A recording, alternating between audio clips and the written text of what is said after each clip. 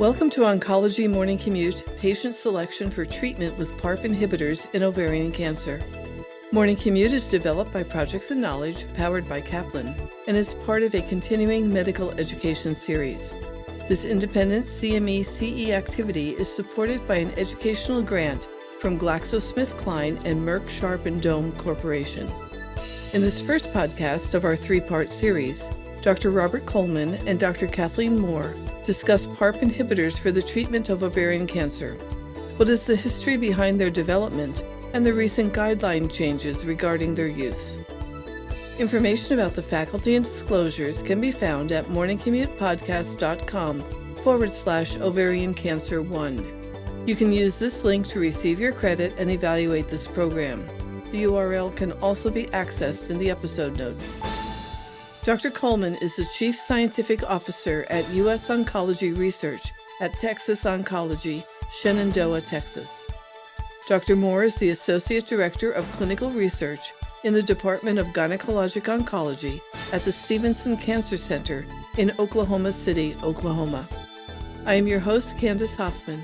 Dr. Coleman will begin our discussion. Welcome, everyone.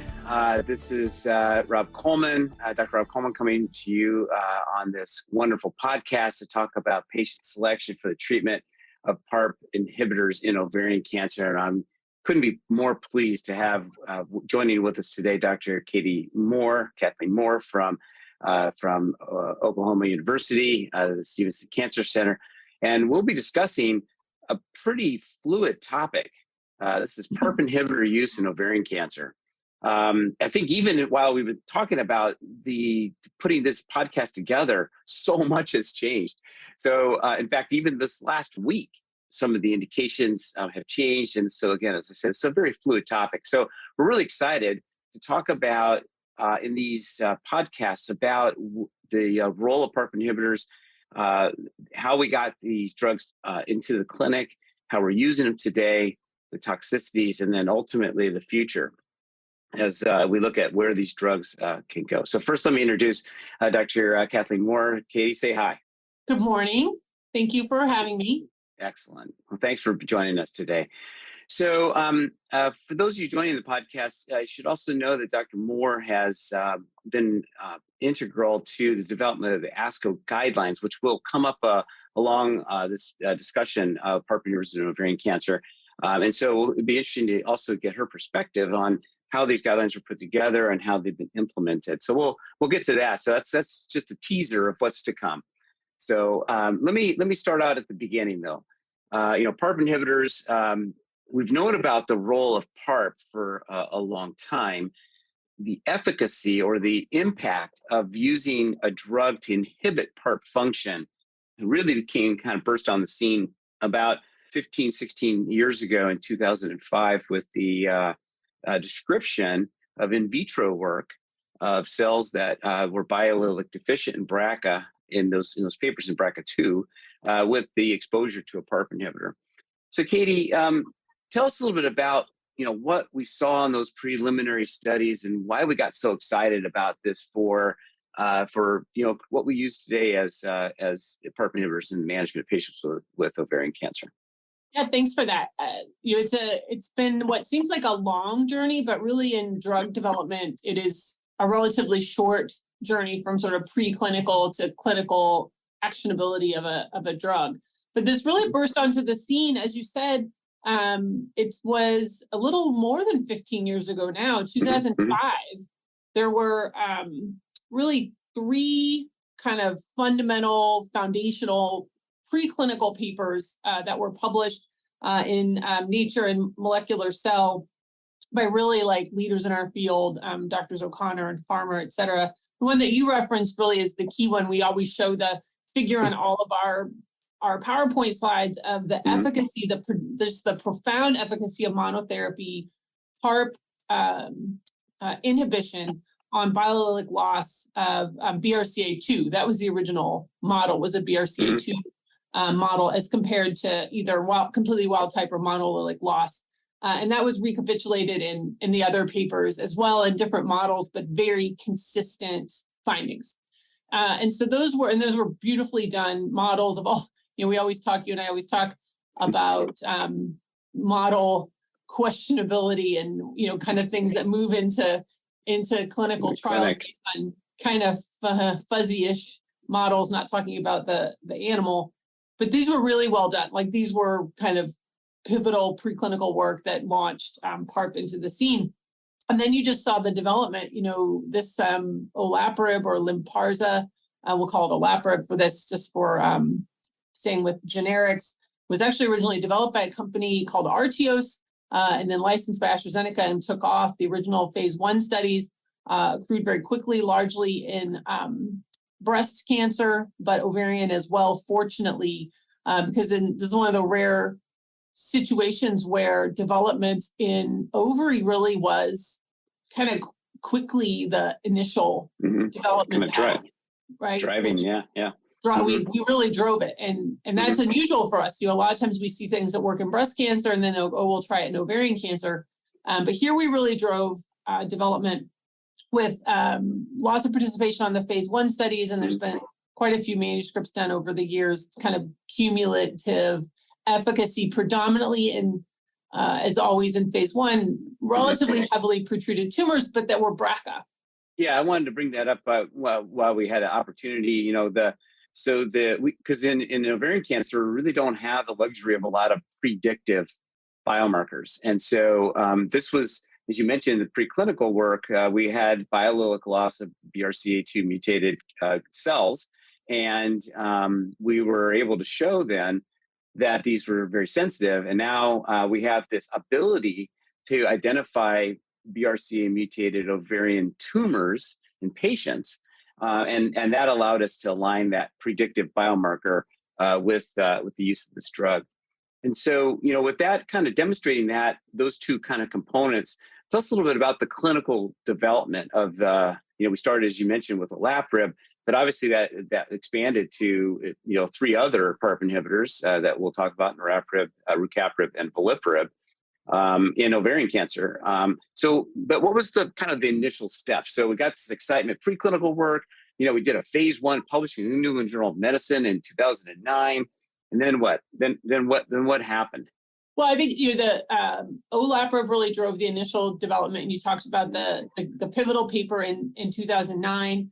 Again, the work for the first time really looking at this biomarker selected group of tumors, initially BRCA, giving us information also on its predictive capability, its predictive biomarker power just for chemo. In particular, when you talk about pegylated liposomal doxorubicin, the response rates to that versus olaparib were quite surprising, but it sort of taught us that at least still platinum sensitive BRCA positive PARP naive tumors respond well to a lot of things, and you can't apply old benchmarks to them. And so we started learning, and the development of olaparib took off. We saw the first accelerated approval in 2014 based on Bella Kaufman's excellent work that we call now Study 1. And we'll talk about this, I think, a little bit more, because that approval has now been retracted. But it was the first opportunity to launch PARP inhibitors into the community. So women who desperately needed these medicines got them. 3 or more lines of therapy, BRCA positive. At the same time, rucaparib was developing their agent. That's a Clovis drug. And they were really looking at it both in BRCA, but also with a biomarker, which they term loss of heterozygosity, to identify tumors beyond BRCA that would also harbor some sort of inherent vulnerability to how they fix their DNA and also be susceptible to PARP inhibitors. And there's a lot of data about why that made sense. And so it was a very elegant series of studies that you were involved in, as was Dr. Liz Swisher and others, many luminaries in our field, to really get at the science. Like, it was a science-driven biomarker development plan with a lot of pivots to get the biomarker right. So that resulted in Ariel 2, and the next approval is a monotherapy, which also has been retracted in 2 or more lines, but it includes tumor BRCA in that first one. And those were not eligible initially for PARP. So those were very important studies, and I'm sad about the retractions. I think we'll talk about them in this podcast, but those really got drugs to patients who desperately needed them. I couldn't agree more. Obviously, you and I have talked about this a lot over the years, having been part of this story.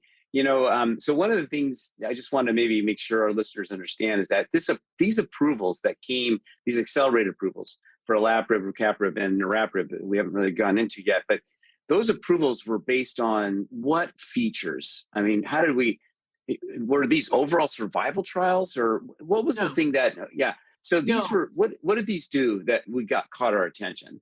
These had very high response rates, and not just Mhm. response. So response rate, just for those who may not be involved in clinical trials, response rate is a clinical trial term. And it basically means when we look at the tumors and we measure the tumors on the CT scan that we want to measure, we get to pick them. So it's totally subjective, but we pick a few, we measure them.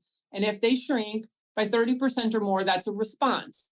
And so all the people that have 25% shrinkage are not counted in that. I always like to make that point to patients, because it's not all about Right. response rate by clinical trials is not necessarily like clinical benefit, but you have to have a metric. And so that's what we use. But it's not just response rate.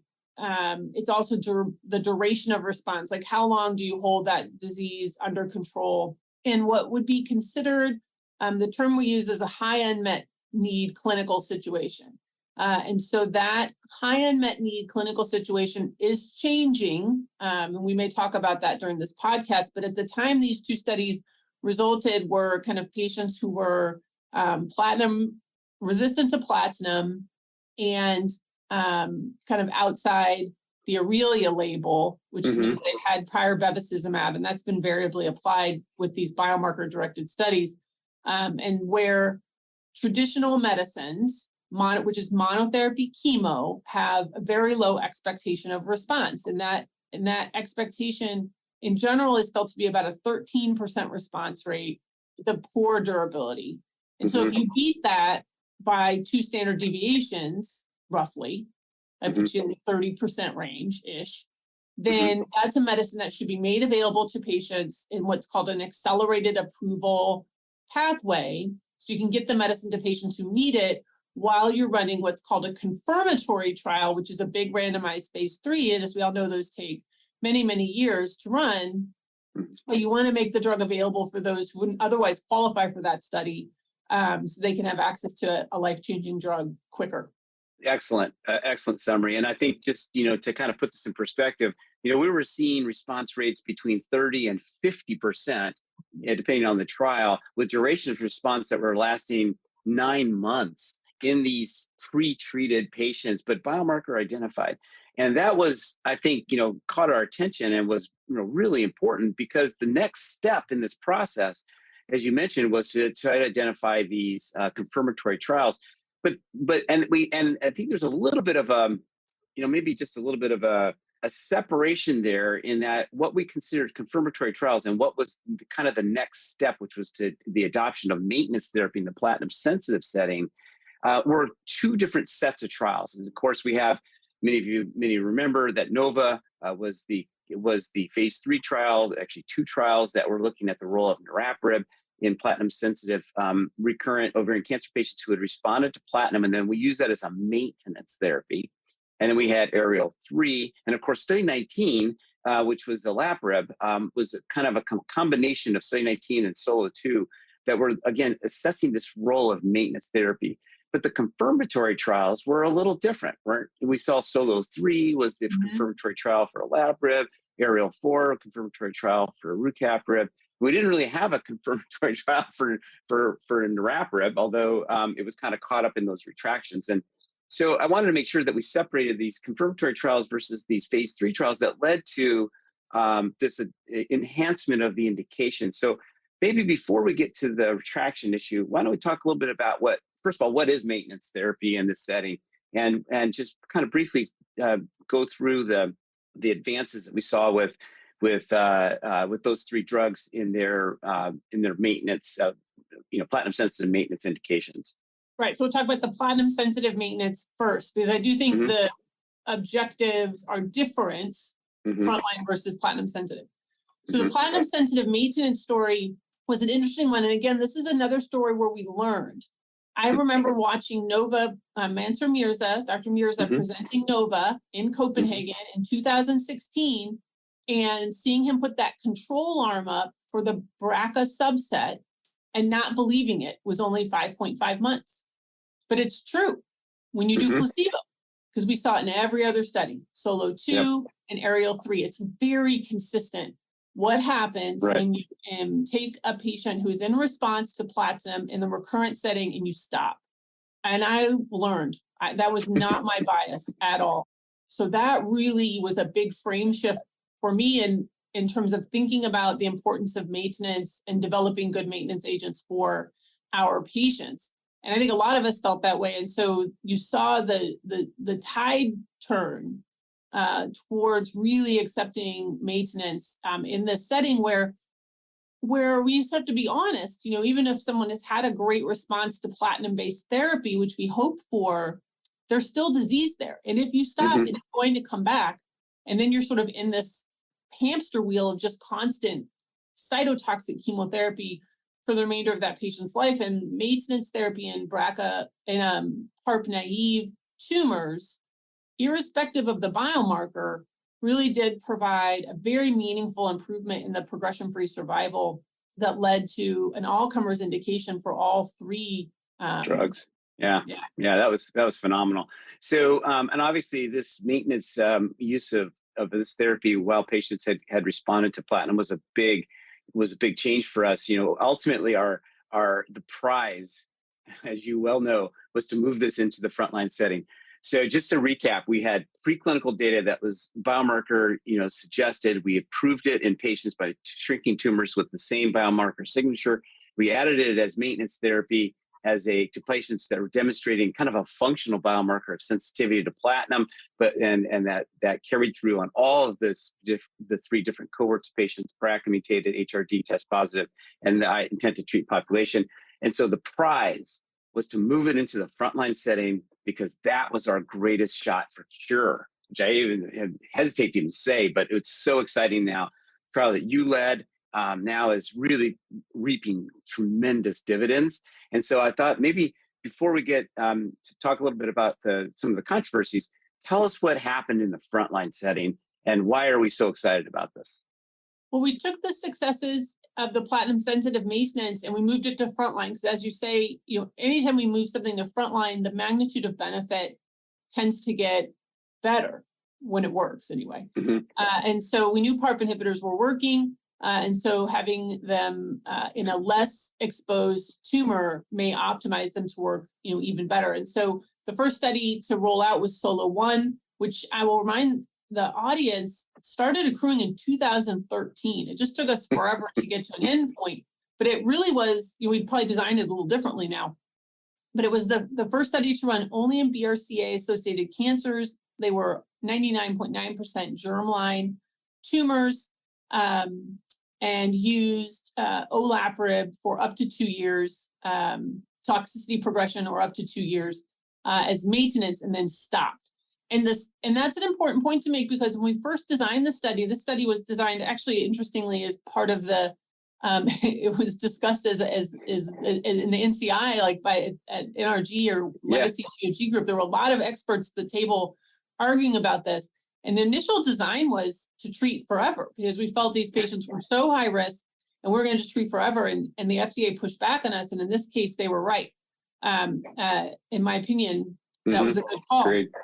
And so that study took until 2018 to read out PFS, but demonstrated a 70% reduction in the hazard of progression.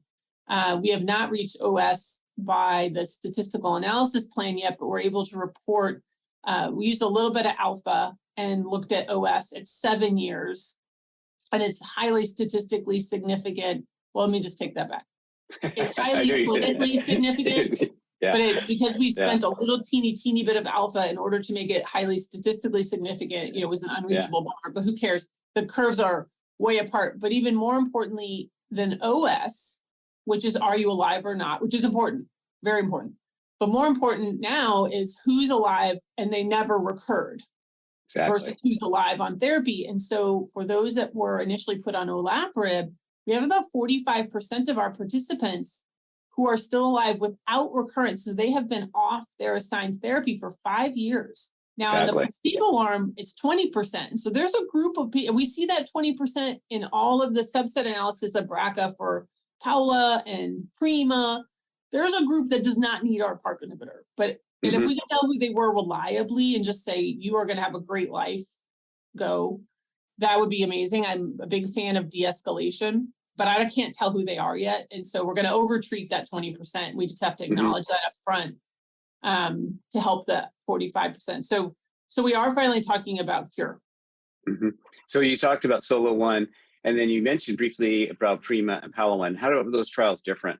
So those trials were kind of like the difference between Solo 2 and then Ariel 3 and Novo, was BRCA and then all comers. So Paula and Prima were all comers with appropriate stratifications. Paula, the stratification was BRCA, and Prima, HRD. was HRD inclusive of BRCA. So if you're HRD positive, that included the BRCA. And that had two primary endpoints, HRD positive inclusive of BRCA, and then ITT, both of which were positive for progression-free survival. Paula, ITT in the all-comers, positive for progression-free survival, and positive in the non-analytic subgroups for BRCA and HRD BRCA wild type, which is why we have the indication that we have. In Prima, monotherapy niraparib versus placebo was positive in the two pre-specified groups. That should have been enough, but it was also positive in all three non-analytic subgroups: HRD test negative, HRD test positive, BRCA wild type, and BRCA. And that's why it has an all-comers indication. Right. And so the Prima trial and the Solo 1 trial were maintenance trials versus placebo. The Paula 1 trial was a little different, wasn't it? You had used patients who had been on paclitaxel, carboplatin, and bevacizumab. And then at the point of completion of treatment without progression, they were randomized to olaparib versus placebo. So that trial is a little bit different. And how do you incorporate that into the use of olaparib in today's care of patients? I think that's sort of one of the unanswered questions. Now, there are studies ongoing. There's 3 studies that are currently enrolling that are looking at a PARP inhibitor plus bevacizumab versus a monotherapy PARP inhibitor. And they're all enrolling in Europe, mainly in BRCA wild type. So those are going to be important studies because we're missing an arm in Paula, which is the monotherapy PARP. So you really don't know whether or not, do you have to have the bevacizumab? People ask me, like in a BRCA population, does it make it work better? And I think at this point, we don't have information that it's synergistic in BRCA. We did what's called a propensity weighted analysis where, just to be super brief, we basically created the missing arm of Paula, the olaparib alone arm, out of Solo 1. Like we picked Paula-like patients from Solo 1 and redid the progression-free survival curves. And the hazard ratio for olaparib bev versus olaparib was 0.71, so looked additive. So if you're going to use bevacizumab, you've made that decision usually early on based on your practice or the patient's ascites or stage or debulking status, however you've made that decision. And then you find out that they have BRCA and you have or haven't started bev, well, you either layer it on or you just go to monotherapy PARP. For BRCA wild type HRD, I think that's a harder decision because we just can't even do any of those sort of mathematical analyses between Prima and Paula because the populations are so dissimilar. It would be nonsensical to do that. That's why those studies that are ongoing are really important. But for now, I would think about it in the same way. And we'll get to those studies in podcast 3. So we're real excited to be able to talk about that. I'm just going to summarize briefly what we've talked about today. And I want to highlight the emphasis on the need to get analytical information from the patient's tumor. So BRCA status, obviously critical. Because of the HRD indication for Paula 1 with olaparib and bevacizumab, HRD testing, critical for that understanding. And we'll continue to try to sort out that component. But I think because of the wave of new therapies that are coming in ovarian cancer, our comprehensive evaluation of patients' tumors will be absolutely critical for their ultimate care, not only in the frontline setting, but subsequent lines to come. And just, we alluded to this a little bit during the podcast before we close. I just wanted to highlight that we've seen some recent FDA action regarding the retraction of indications. We've mentioned this a couple of times. Katie, maybe just really briefly, could you just maybe highlight, the retractions that have happened to date and maybe what's driving that concern by the FDA? Sure. So the retractions, it's been a set of dominoes. So the retractions were first for the treatment indications. So this is not maintenance. This is using PARP instead of chemotherapy in a recurrent setting, either after 3 lines, BRCA positive for olaparib, after 2 lines, BRCA positive, inclusive of tumor BRCA for rucaparib, or HRD positive, inclusive of BRCA, 4 lines for niraparib. So those 3 indications went down because there was a request to look at overall survival from those analyses. Well, it wasn't those analyses. There was a request to look at overall survival from the confirmatory trials studies, which was Ariel 4 and Solo 3. If you recall, those were randomized phase 3 studies in the treatment setting in BRCA tumors. Of PARP versus chemo. And all of them, showed a PFS advantage, but on OS, the curves flipped. And so the hazard ratios were greater than 1, although the confidence intervals were all incredibly wide and crossed 1, so not statistically significant. And I think we'll probably talk about this, I hope, in a later podcast. There's many statistical concerns about the overinterpretation of this, but the consistency of the signal, however you and I can discuss why we think it's happening, the consistency of the signal made the FDA, the retractions were voluntary, so made the companies respond to the FDA's concerns. That's right. Retracted those indications. And then, so those are gone.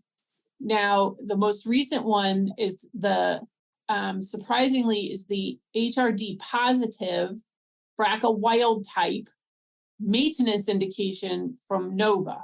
For the same reasons, the OS data seems to imply a detriment. And so that has now been removed in a Dear Doctor letter. So for niraparib, currently, you can only use it for BRCA-associated cancers in response to their platinum. This does not impact frontline indications, which is where we should be using PARPs. Right. To even be even more specific, the retraction from the FDA looks like it appears to apply to just in Nova, just the germline or the non-germline BRCA tumor cohort, which includes sBRCA. And what's interesting is that we heard this week that for Ariel 3, which had, again, another consistent message in an all-comer population, that there could be survival detriment, as they used the term. And there's been a request by the FDA to Clovis to retract their non-BRCA, T-BRCA, tumor BRCA. So interesting, on one side, if you have a tumor BRCA mutation, you can use rucaparib, but you can't use niraparib, which makes no sense. But we'll get into that later. So let me close this. Let me close this wonderful discussion. Katie, thank you so much for taking the time to speak with us today about this wonderful history of a drug that has really had a tremendous impact. The greatest impact of which is what you mentioned earlier, with that long cohort of patients with tumors that are BRCA mutated that have not recurred after multiple years of observation. We're really hopeful that this will translate into true cure for this disease. We have much more to talk about, and we'll do that in our subsequent podcast. We'll talk about toxicity and tolerance to treatment, and then ultimately we'll talk about where this field is moving forward. So once again, I want to thank you for your time, Dr. Moore, and to the audience for listening in on this podcast on PARP inhibitors and ovarian cancer. Remember, to receive your credit and evaluate this program, please visit morningcommutepodcast.com/ovarian cancer 1. You can find all of the episodes in this series and all of our other podcasts on your favorite podcast streaming services, or download our Morning Commute app. Thank you for joining us today.